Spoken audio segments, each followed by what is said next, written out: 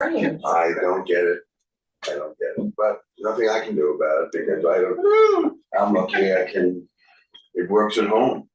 Yeah, that's really strange.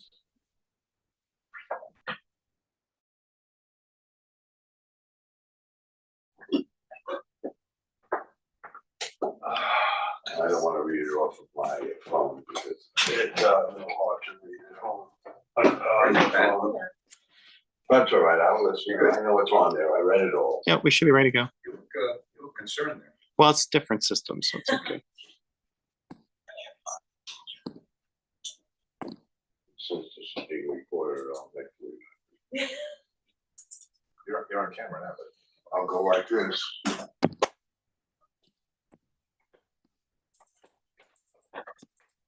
Okay, we should be good. let us begin. So the pledge. I pledge allegiance to the flag of the United States of America and to the republic for which it stands, one nation under God, indivisible, with liberty and justice for all.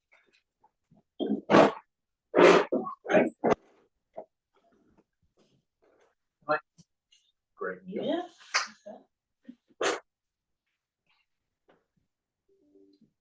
It's tough to do this because we've just dealt with Julian's death, but recognizing that we need to move forward and assign or appoint a new vice president, that was Julian's role.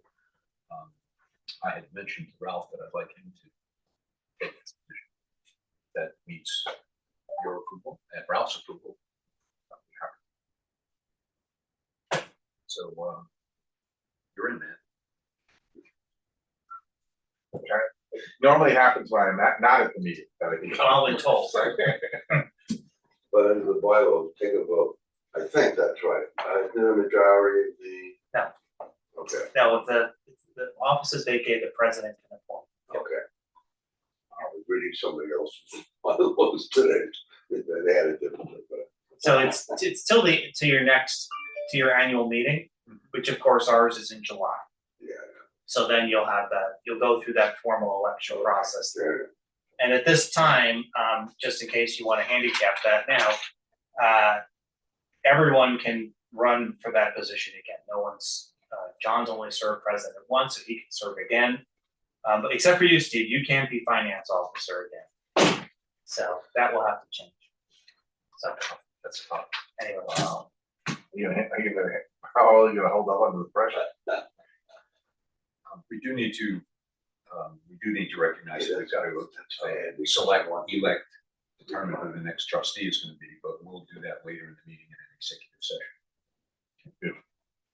I don't know if you guys have names that you'd like to consider. We'll talk about that later. That's that, and I need a motion to approve the minutes from the last. So moved. Second. All in favor? Aye. And treasurer's report. I just reviewed, re-reviewed the warrant. All is in order. And Anything out of the ordinary that they need to? nothing, whatever out of the ordinary. That's what I look for. And we'll need a motion to approve the warrant. Someone. Second. All in favor? Aye. I don't think there was any correspondence, was there? There was something I did want to share, John. I received a letter from Louis Marcus, who's the public information officer at the Hauppauge Fire District. I was curious, did you get a letter from him? No, okay. So I was invited to a special event, is how it's described, on Tuesday, July 29th, at the Nissaquag Room at the Smithtown Landing Country Club. The fire district is bringing together all sorts of different people from a lot of different walks of life here in Hauppauge and trying to get us to think about serving the community better. So they want to be a catalyst for that change. So we're going to have lunch together. So it says they want to recognize the outstanding efforts and achievements of our local educators and leaders. It's an opportunity to connect with fellow community members, share inspiring stories, and enjoy a delightful meal together. I tried to get Krista to come with me, but they were like, no, there's not enough room. So they're keeping it obviously very small. Krista does, of course, she's our head of community engagement. I thought she'd be well served for us to have her there. But I'll go and represent us, it seems, and see what's up. I think that there's some ideas that they're having that they need some help with. I think that they've been talking about a parade of some kind. I think about some other things that they'd like to do. So I know they're trying to get the school there. And I'm sure others as well. So we'll see what it's about. Of course, we've been doing that work. I was gonna say, is their goal similar to what Krista just did? We'll see. I'm gonna certainly arrive with what we've done, and be able to talk to them about it. I might reach out to Lewis and see how many people they're planning to have, and maybe bring a packet of information that we've done to help with that conversation if we feel that's appropriate. It's great, right? I mean, anyone who's trying to bring people together is a good thing. And the more we're at that table, and it was great to be invited and seen as someone who should be there. I thought that was great. Great. 29th of July? 29th of July, yes. So I'm available and I don't know how you're going. Show up. I'm sorry. Crashing the Nissequag room. I don't know if they've ever had that. Maybe get 9 holes in. And I'll turn it over to you because you've got your executive report to share. Thank you. So I will turn it to Jill. Jill, Oh, welcome. all right. Hi, everyone. How are you? Okay, I have a couple of things I want to share with you that is going on here. So first is last month I went to the Long Island Library Conference, so thank you for the opportunity to go there. The most useful session that I attended there was called Speed Dating for Children's Librarians. So it was actually like rapid fire program ideas. So I left with a lot of really great ideas that I'm looking forward to implementing when I can. And of course, it was a good way to continue my professional development. So thank you for that. The next thing I want to let you know about is Dolly Parton's Imagination Library. So if you're not familiar with how this works, because it's a new initiative that we're offering here, Dolly Parton, the country singer, is also a big advocate for literacy. And she has this Imagination Library program where children between birth and their 5th birthday can get one book mailed to them for free from us every month until their 5th birthday. So it's a great way to promote early literacy and for families to build their at-home libraries. So our site is live now. We have like a soft rollout when it went live in May. And as of today, we have 102 active enrollments. So in a little over a month, we're able to get 102 youngsters signed up in the community. I know when Matt and I first talked about this, when this was beginning, we thought 100 was about where we would end up. So we've already hit that, and I think there's going to be room to grow because we're promoting this at every program we can with little ones. The Hauppauge moms on Facebook gave us a boost on that as well. They actually discovered on their own and then promoted it amongst themselves. So word of mouth marketing is always really powerful. That helped us out as well. We're getting lots of interest from families. Actually, other libraries have reached out to us and been like, I hear you're doing this, like how to start. So I think it's a great program, and I'm really excited that we are offering it here, and it's off to a really strong start. So of those 102, a lot of them all joined in the first month, like I mentioned. So they're in the processing phase. So they'll start getting their first book soon, and then every month after that. And I just hope it continues to go. So it's What's the cap on the timing, the end date?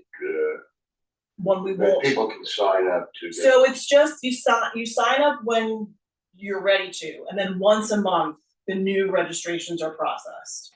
So if you sign up at the beginning of the month, you have to wait a few weeks until it's processed, and then you receive your first book. There's a little bit of a delay in the beginning. No, I was wondering. I mean, a year from now, you're still doing this. Oh yeah, That's what I mean. Yeah. there's always new kids. So it's really a continuous. So the idea great. here. That's great. The idea here, Steve, is that you're gonna find some level probably where you're gonna figure out the population size that are interested. And that might flux up and down a little bit, but it shouldn't be such a great delta that, all of a sudden you're gaining 500 kids, right? Because this population is gonna support so many young kids. Can Smithtown Hauppauge person get it? So right now, you have, ours is that you have to live in Hauppauge. So, Is that a yes? so that's a yes. But it's not that many, you know, Right. it's not that big a It chunk. doesn't matter whether it is or not. Yeah. Yeah. I'm We not- signed up for 11788. Right. Oh, perfect. Yeah. So that's That's our service area. So now to Jill's point, and that's what I just wanted to add. if Yes, that's of okay, course. Is we just got our first bill, which you approved on the warrant, and it was for 93 books, basically. And it was around, it was $253. So even if it goes up to 102, whatever the books are like, it's like, what I said was like 37 cents or 87 cents to mail it, and like somewhere between $1.10 and $1.50 to pay per book. So you can't Depends have on one the that's grade. $500. At the most, right? That would So be when- double. So, yeah, when you figure, there's plenty of parents who don't have it, there's gonna be there's another 50 kids who are gonna hear about it over the next few months. And then the kids that are born every year. Right. So you'll plateau, I understand what you're saying. Right. But that's, what a great way to spend $500. Right, Yeah. and then just you multiply it by 12, and that's our commitment. So She's about subsidizing. $6,000. She is subsidizing, right, funding. No, I don't believe so. What the foundation, and Jill's been to more training, and so you can correct me, is she's just worked out a relationship with the publishers. I think they only work with one. I think it's just the one publisher. I'm not sure. Well, whichever. And basically, they're buying 2 million copies of Sure. one book because it's Sure. the same book for every grade, every month. All right. And so, and it's the same beginning book and it's the same graduation book is what they call it. And so, you know, they're basically arranging with the publisher to buy whatever, how many copies of The Hungry Caterpillar. And then they're getting that really discount rate, and they use a mailing method that's super cheap. Mhm. And then, So we're not physically buying the books and mailing them? not at all, You're writing a check and then this service is like Amazon. Right. exactly. We And- just So you're process spending the $250 a book. Right. And it arrives at the person's house with the child's name on it, and it says, from the Hauppauge Public Mhm. Library. We're actually we're hoping that someone will bring in their packaging for us so we can take a look at it. So we're hoping to see that. But what's also nice is that while the first book is the same and the last book is the same, the books in the middle like grow with the child. So a 6-month-old is getting a different title that's more appropriate for them than like a 4-year-old. So it's good for siblings, they'll each get their own that's relative to them. Right. It's really super. Right, and so, and they don't try to duplicate the titles either, so if you had an older brother, you'll probably get a different book, you know, over time. So that's the idea, and it's so that each kid builds their own library, they get used to having their own books that they can read, on and on, so, yeah. It encourages parents to, I mean, that's Yeah. on every level, it's good. And so they send us that stuff in advance, Mhm. so it's very possible that we could start to do, say, a book club, where you come in with your book, and then there's some programming around it, Mhm. like, so Jill and her team can, you know, reinforce that the titles that are being selected. That's great. I had a baby and me story time yesterday morning, and I made sure to tell them, I was like, sign up, your kids are so little, you know, sign up now, because you're gonna get some, you know, years of books mailed to your house. You need to build your library. So, Tangential, but do we have a package for a new member, and a new family to the community thing? Yeah, we do.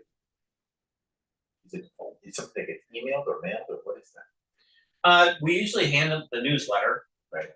We offer to take them on a tour. But usually they're grabbing kind of like what's around the desk, like the rules and some other things like that, but we do hand somebody who has a card or something.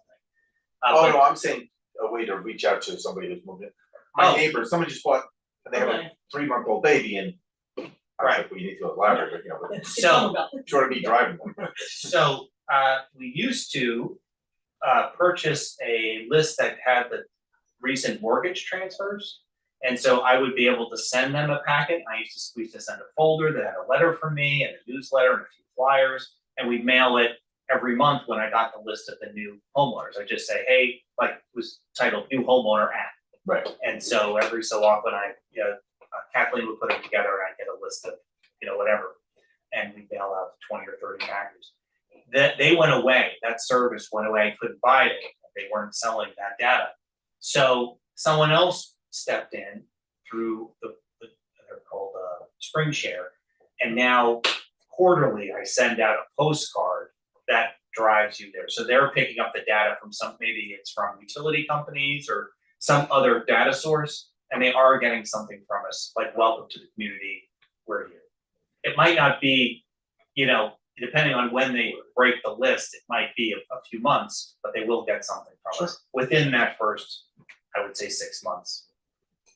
Cool. Yeah, so we are communicating with you. Does the Department Initiative have promotional material, like a Yes. banner?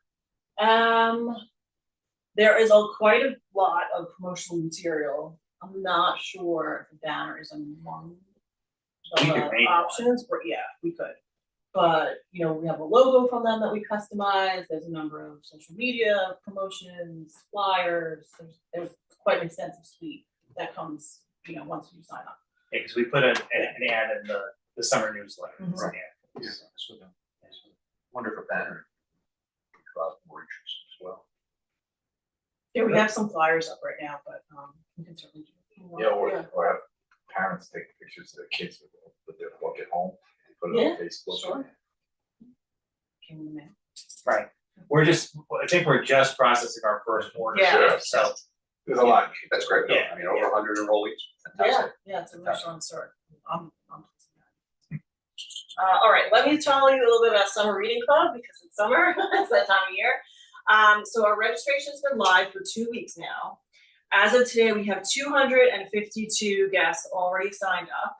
The goal we're shooting for this year is going to be 1,100 readers. So last summer, we were just short of 1,100 readers. So we're going to shoot for it this year. So at 252 guests registered as of today, we're about 23% there, which I think is not too bad for just 2 weeks in. Our theme this year is Color Our World. And so for that, we are doing a program called Read and Bead, which has been successful in other libraries. And here is how it works. So for every day that you read, you earn a bead, okay? And then you can come to the library once a week and collect your 7 beads. Of those beads, 4 of them are kind of regular beads, colorful beads, or alphabet beads. And 3 of them are special beads, like animal shapes or sports, ones that are extra fancy. And what you'll do is then you get your choice of displaying them on either a keychain, a necklace, a bracelet, or a bookmark. So over the course of the summer, you get to create this colorful journey of all the reading you've done. So I have a few samples here to show you what the staff has made to help promote this. So here's the beginning of a necklace. So we've got some colorful beads and some special animal beads on this one. We've got a bookmark like this that would slide in your book. Some alphabet beads on this one. We have I don't know if there's any Knicks fans here, but here's a sample we have using some of the sports beads. And then here's one of our carabiner key rings as well. That has a little bit of everything on it. So we did go to the schools to help promote this. We had them send out a flyer to everyone via Parent Square. Donna recorded a video for the middle school. I dropped off samples for the school library at Bretton Woods to share with the classes as they come to the library. And at Forest Brook, we were actually able to meet with each grade level in person, which was great. So we did that early in the week. I think it was a Tuesday. Registration opened the next day. And then Catherine had someone on the weekend come in and say, my son can't stop talking about the beads.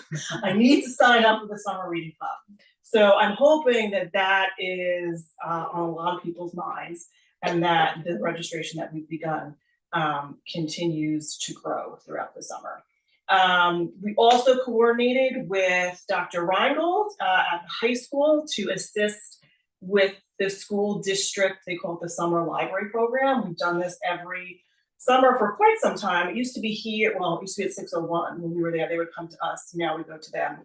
But we're doing that again this year. We'll be there twice a week for in the morning for 5 weeks.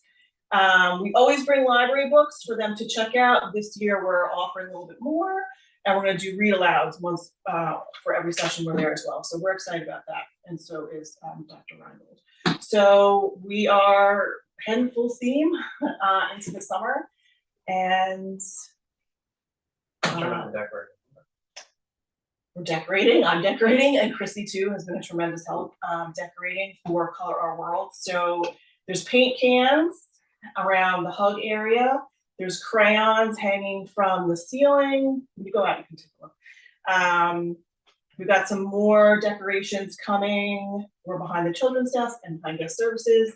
There's like watercolor palettes on the doors around the building.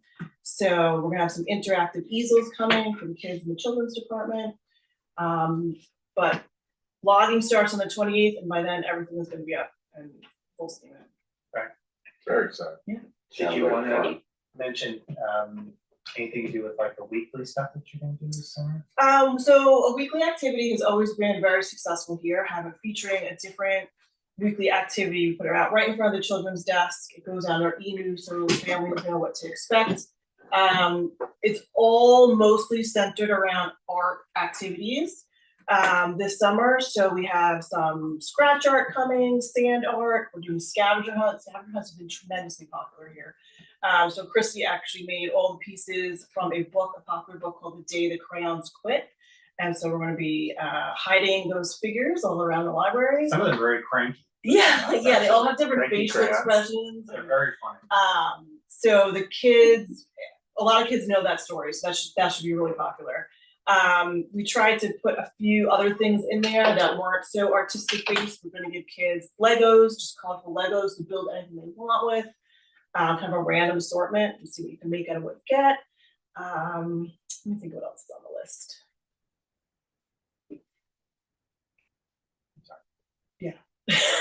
They try to think the end of the summer. I'm not sure what else is on there, but we're continuing that this year because it is a big hit. Families like it, there's always something out for them to do. So we'll keep that up. And summer tour. Summer tour is back from SCLS. So they always try to relate to the overall theme as well. So this year, same as last year, you'll pick up your passport and you'll receive raffle tickets on your 5th, 15th, and 25th visit to libraries. The patch is back. I don't know if anyone did this last year, but if you visit 25 libraries, you do get a patch saying this year that you're a library artist. So last year they incorporated an interactive component to it, which was every library had a wooden artifact that they would display, and guests had to find the artifact, jot down what they found in their booklet, and then get a stamp. This year, every library has a color swatch, like Pantone colors, if you're familiar with that. But it's also named alliteratively for each library. So our color swatch is Hauppauge Honeydew. So it's like a greenish yellow color. With the yellow green. That's right. We don't know if it's green yellow or yellow green. We'll find out soon. How ripe is it? I guess? Yeah. That could be it.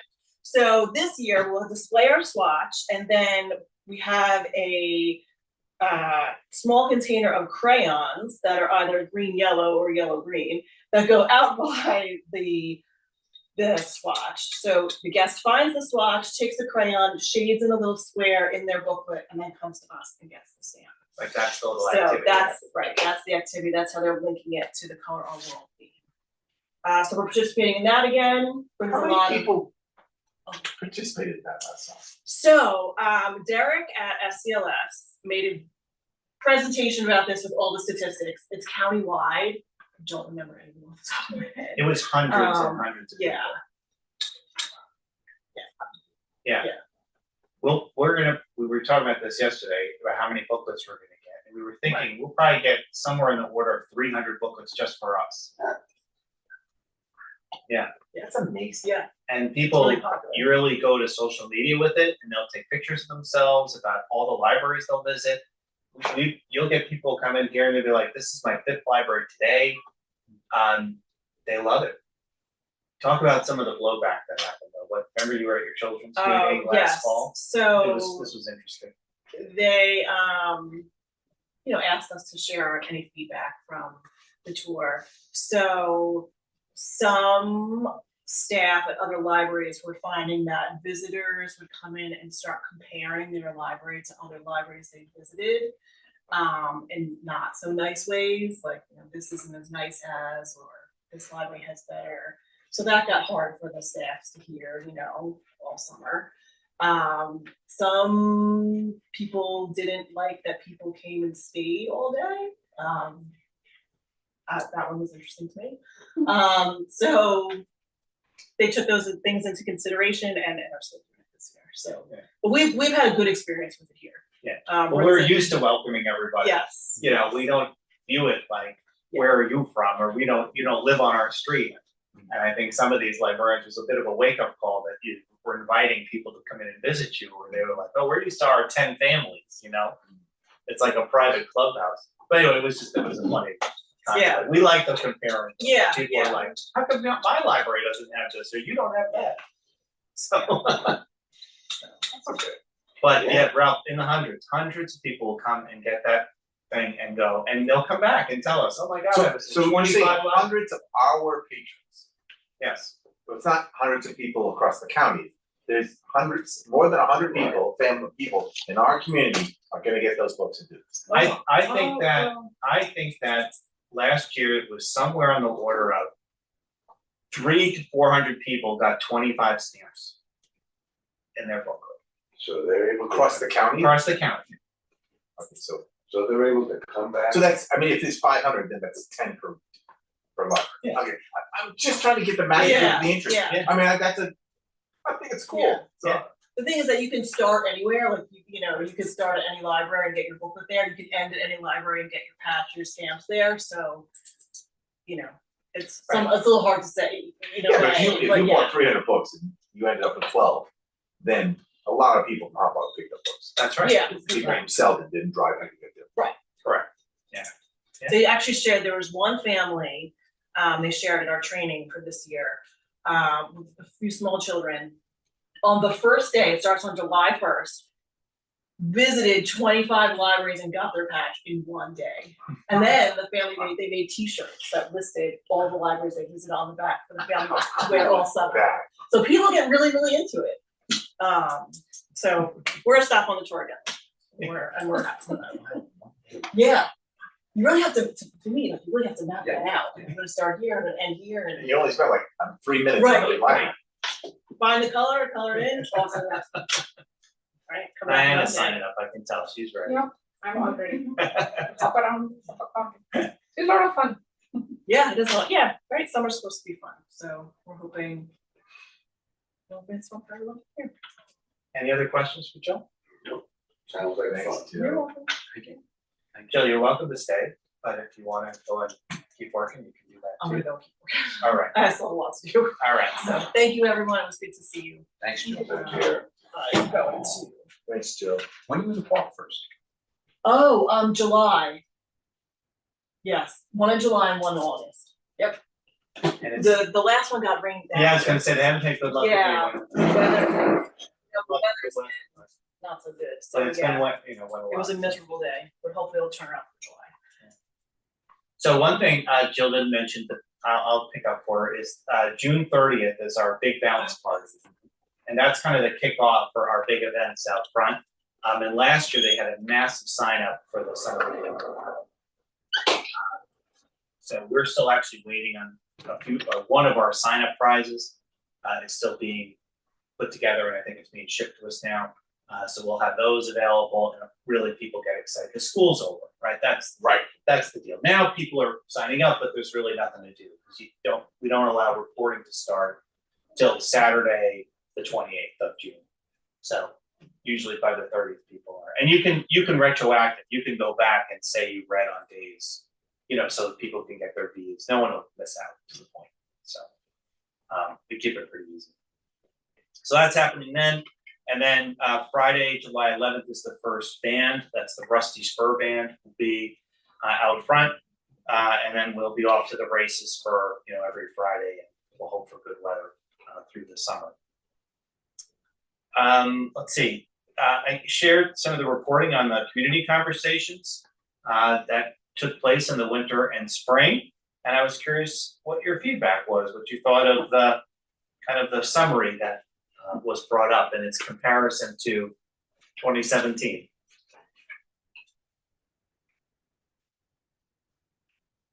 It was a little confusing. Okay. There was kind of, I didn't understand some of the key, I want Main Street, I want to have similar to Manchester. I got all that, so, but some of the safety concerns, some of the things, I clearly understand this was simply reporting. Right. So we were just sharing the feedback that we got Yeah. from the people we spoke to, and I understand that, but it seemed a little bit disjointed. I struggled with kind of going through it, and like some of where the safety issues were, I was looking for real concerns. And some of them, and much of it was the speeding cars going into Northern State. I didn't understand that. So I guess that's a community concern if you live in that area. Right. And maybe it's foreign to me, but I struggled with that, the tie-in of all that. So, but remember what this process is that it's really kind of, when people arrive, they don't really understand why they're there. Start with that, is that they think that they're being invited to talk about the library. And we don't ask them about the library. There's no guardrails that say it's just a library-focused feedback session. Well, the whole point is it's not about the library. The whole point is we're asking about what they're feeling about the community, right? The conversation is the questions that are asked are geared towards letting us have a better understanding what's on the community's mind, right? That's what we're trying to unearth. And so, so you gotta, people kind of have to get out of that. But then when they get into it, you could be in a conversation. I don't remember exactly the notes, the one you're pulling from, Ralph, but you can have one person and they can lead the group, right? And the group all says, "Oh yeah, right, that is right." And then now, and if the mediator can't quite get them off it, that can all of a sudden kind of grow in its importance where maybe it doesn't. The other part to remember is that even though we undertook the effort to understand what the community had to say, we now kind of own that knowledge, right? We have it. But if there was something that we can't really affect change to, we should give it to the group that can, right? Right. So if for some reason that was something that really was important, we should call up the state highway department and say, "Hey, by the way, people who live here don't really like fill in the blank," right? And that's part of our responsibility now that we've asked those questions, is to hand it out to the people that can do something about it. Now, maybe we can do things with it, and that's fine, but the things we can't do, we shouldn't just say, "Well, okay. Right. I can't do anything about that, so I'm just gonna put it aside," right? So but I think if you take that next step, then you should communicate that with the community. yes, exactly. So And when I first heard about this process, this Harwood process, the example was from Red Hook up in upstate New York. And it's a very small library, and they engaged in a different form of this work, which was kind of an on-the-street survey, like 4 quick questions. And so they just worked it and knocked on doors, and they did about 200 of those. And to a person, the biggest complaint was the stoplight on Route 9. Mm-hmm. And it was timed in a certain way that screwed everybody up, and they hated it, and they didn't understand why. So the library was holding this information that if, this stoplight was really the problem. So they dig into it a little bit, and it turns out that the county highway guy and the mayor had a falling out 20 years ago. And it was kind of like that was it. So they realized that the person who could change it was the highway guy. So the library put a thing on their thing and said, "Call this number and tell them you want the light to be changed." And within a week, the light was changed. Wow. And they thanked the library. And the library got huge, like a big up, because they fixed something in town That's kind of cool. that had never been fixed. But they never would have known to apply the work that way if they hadn't asked the question, right? And so, yeah, they got a lot of mileage out of that and a lot of street cred because they changed something that affected everyone every day. You know, now you kind of don't want that, right? That someone's life is that bad.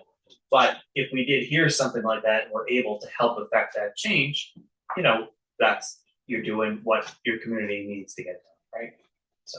So maybe, just maybe, when you go to that meeting at the fire department and you have that information, maybe that's something worth sharing. Right. Because clearly they're trying to do something. They're trying to accomplish something. That's right.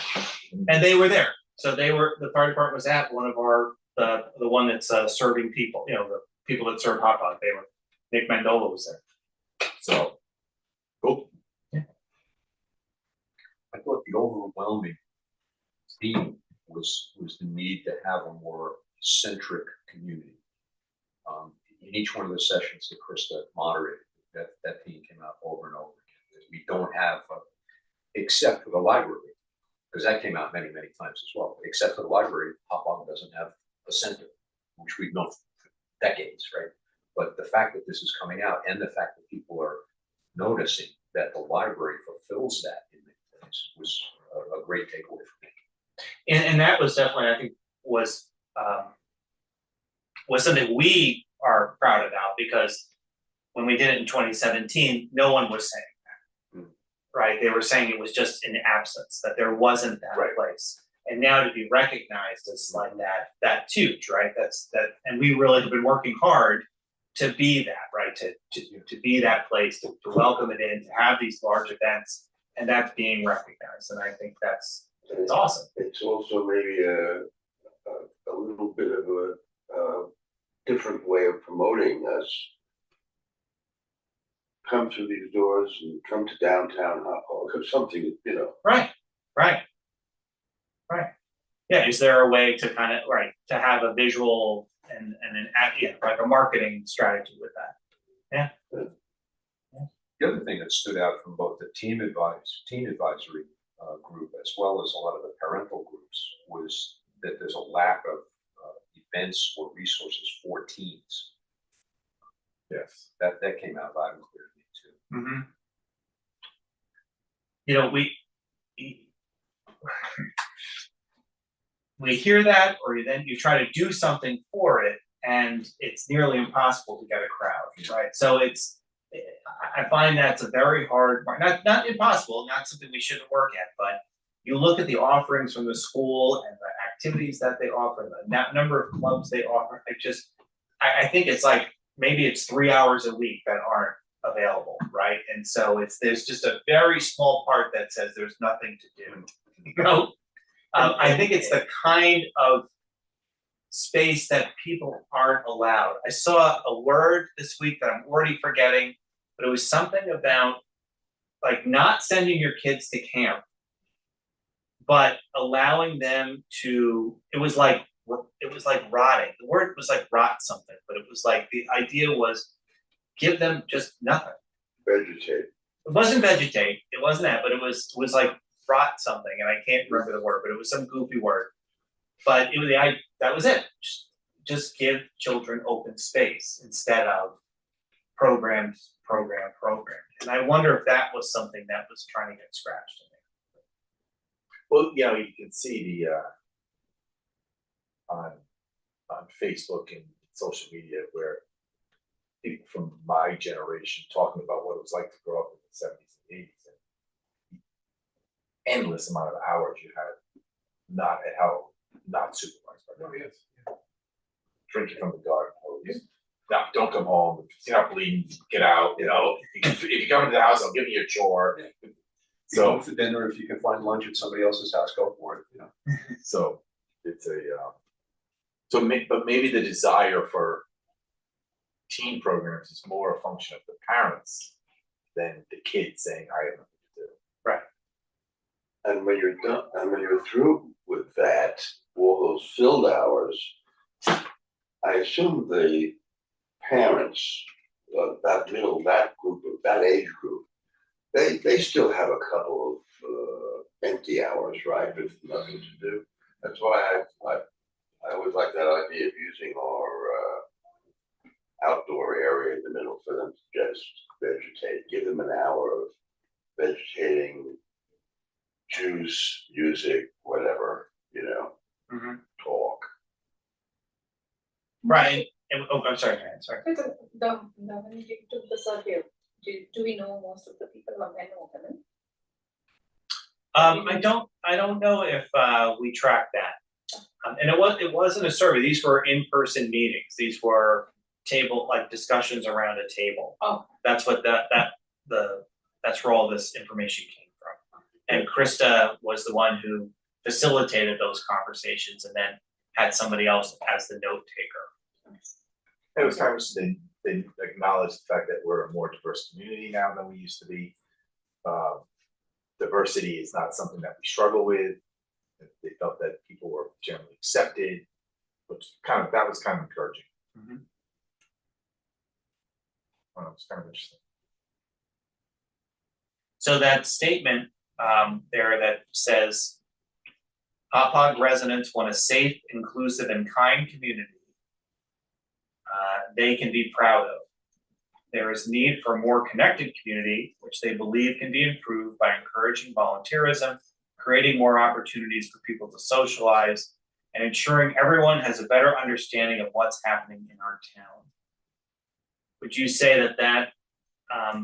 that statement is a good place for us to begin our strategic plan from? I would definitely. So I think that we're in line with it on many respects. There are a couple of key points, right? One is volunteerism, of course, and why not coordinate with the Friends group, which is, it sounds a little inauthentic when they say there aren't enough opportunities for volunteerism, so they have to be put to the test. Mm-hmm. I know there's volunteerism within the body itself, but it's entirely different kind to go through the Friends. But that can be tested and focus on community pride.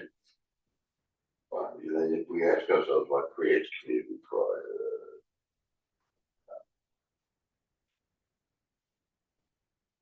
you got to be careful about the politics. You want to stay away from the politics there because different people have different views of what they're proud about. Sure. So, but there have to be common points that we haven't promoted.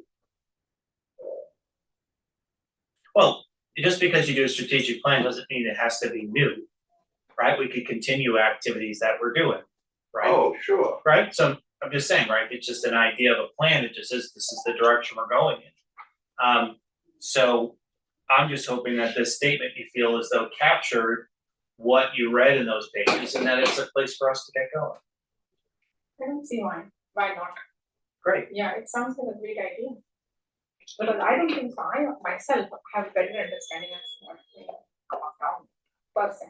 Mm-hmm. So if somebody is not very much involved in the school or if they don't have kids, they might not know what's happening around. Right. So it might be a great idea. It added value, basically. There are things you can use there in terms of whether you're doing it already or whether it's something to sharpen. Right. John, anything else? No, it's a great statement. It captures the overall, there's a lot of specific things in there that I'd love to see us as a library incorporate into the strategic plan, specific activities, but no, this thematically works nicely. Okay. And definitely, that's the next step is for us to take this and then draft that new plan because ours is expiring at the end of this month. I may ask you in July to extend the one we have now a little bit just so we can get that work done. Yeah, exactly. And I think that we have those really fresh examples from folks, emptying out their brains for us in those conversations with those good ideas. So I agree. All right. I'll keep going, and I just want to thank Krista, who really did so much work to get That's a this ton of done. work. And she really just took it right on the nose and got it done and muscled through and had a vision for it. And for that, I'm really grateful. I think she did a great job.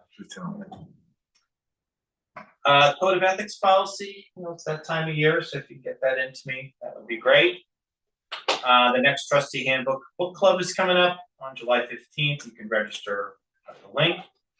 I'm heading out to Philadelphia next week for the American Library Association conference. We have our CPR AED class coming up in mid-July. We're working on our dental and vision insurance. And in the personnel report, you'll see that we have a person to hire for our new position. We had a great interview with a young person named Jane. She passed her background checks. We had excellent references for her. People were like, man, I wish I could hire her. She works part-time for us. We don't have the space, but you guys will be so lucky to have her on your team. So she's super excited. So I hope that goes well today. Where's she coming from? She's working part-time at Huntington and can't remember the other library, but another 2 libraries she's working part-time. Yeah. Her background in technology and everything's spot on. Yeah, definitely. She's got a passion for it. That's for sure. It's a second career for her. So she's done some other things in her life. So she's come into libraries as someone who wants to be here, and really loves it. So she was talking about just the possibility of it. She actually worked for the police department. She was like a senior clerk for like the crime lab. So she got into records, like record management and all that stuff, and that led her, I think, to a career in libraries and public service. So it's some interesting stories. Yeah. So if everything goes well, personnel report, I'll try to have her here at the July meeting so you can say hi and get introduced. So Cool. What's your last name? Girardi, I believe.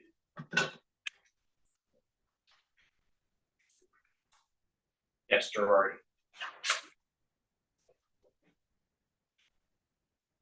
Hidden Pond Park, that's under old business, but we talked about, Ralph, you brought up the idea of scheduling a meeting just to talk about that. Yes. So I don't know if you want to talk about that or you want to wait till some of the other conversations we need to have first.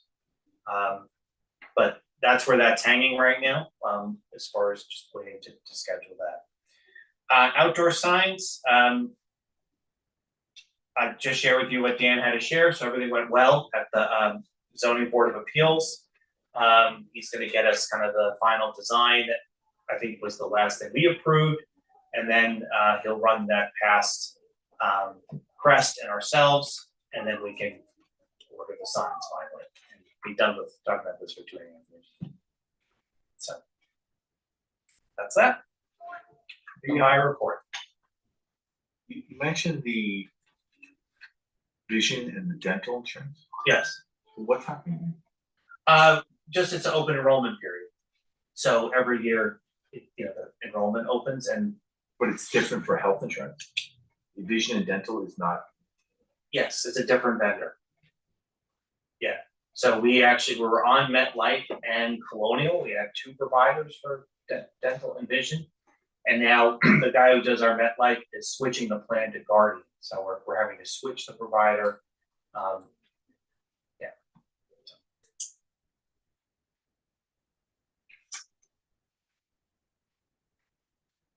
Good. I'm good.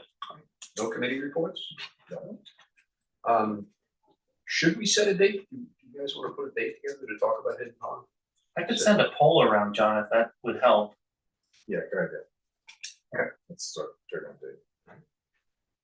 And what about a little structure? Are you thinking 2 hours? You're thinking a night, weekends? Are you thinking longer than that? I just want, what kind of time frame do you think to chew over a plan and such, or I just think to if we had a start? window of 2 hours, that would not be a bad idea. We might do it in an hour. And do we want to wait until we fill a position? John, what do you think? No.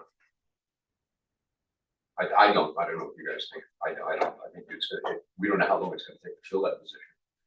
And then that person's gonna have to come up to speed on everything. So, I don't know. I just assume get it on the calendar for us, so we can start moving forward with it. I think there's a lot of ideas and stuff that Chris has pulled that would really fit into hitting on par. Agreed. So I would say, yeah, and personally, I would do it, I would like to do it in the evening during the week rather than. Okay. But I would, if the weekend's what works best, I'll come on the weekend. Weekday night works for me, you guys. Give it a shot, see what happens with the, your matrix there. Sure. That's okay for you, Dan? The face is good. All You right, can so try to know. I'll send something around. Okay, thanks, John. You betcha. And there's a letter from Baldessari and Coster. Everybody get a chance to look at it, I mean. How much did we pay them last year? Same as they're proposing, Big raises. Yeah, it's, Yeah. No, there's hourly rates, but I wanna know what it's. yeah, I have it right here now. Oh, it's. That's okay. It's professional services, so probably lumped in. It was, just under 11,000, 10,844. And that's just, you're getting an independent audit, yeah, okay, that's fine. Yeah, so that was like 2 days of field work and then, them coming in and talking to you. And really what's happened is you kind of approve them to be the auditor in July. And then you get this engagement letter again, but I just like to check in just to make sure you're still moving forward. I don't have any reason, I'm putting it there to suggest to hire them, so I'm not saying you shouldn't, but just as a formality. I'm not gonna wait to spend. Have no public participation today. No. Personnel report, okay, we need to, was Jane's hiring? There was a salary increase for a couple of people, if I'm not mistaken. Yep.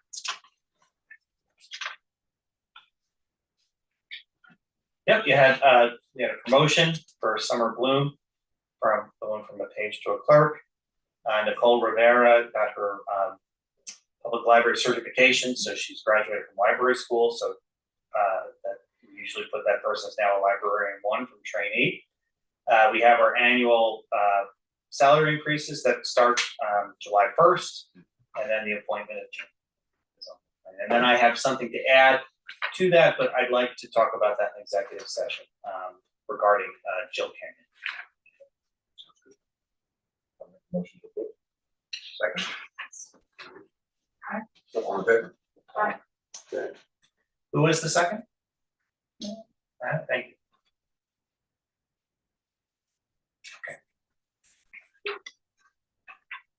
Matt, can I ask a question about the salaries? Sure. There's a wide range for librarian one. Yes. How is it? It's because some librarian ones never leave us. So it's a tenure thing? Or Yeah, the chart is a tenure chart. Okay. So it's 20 years is our chart, 20 steps. And so that's what does it. Yes, we have folks at the beginning of their career making, what is that, $28, $29 up to over 40. Yeah, over 40. I noticed that one, and I'm looking at the other side. So we have a few folks who've been with us for a very long time. Yeah. That's good. Yeah. Nothing wrong with that. Okay. Any other discussion before I move to go into or ask for a motion to go into executive session? Nope. Can I have a motion to go into executive So moved. Sorry, I'm sorry, I left, but came back. All in favor? Hey, All right. Before you get started, let me just turn off the. Thing. So, one of the beauties of being vice president, you get to be the alternative signer for the civil service. we got So, I'm all a kidder. till the office.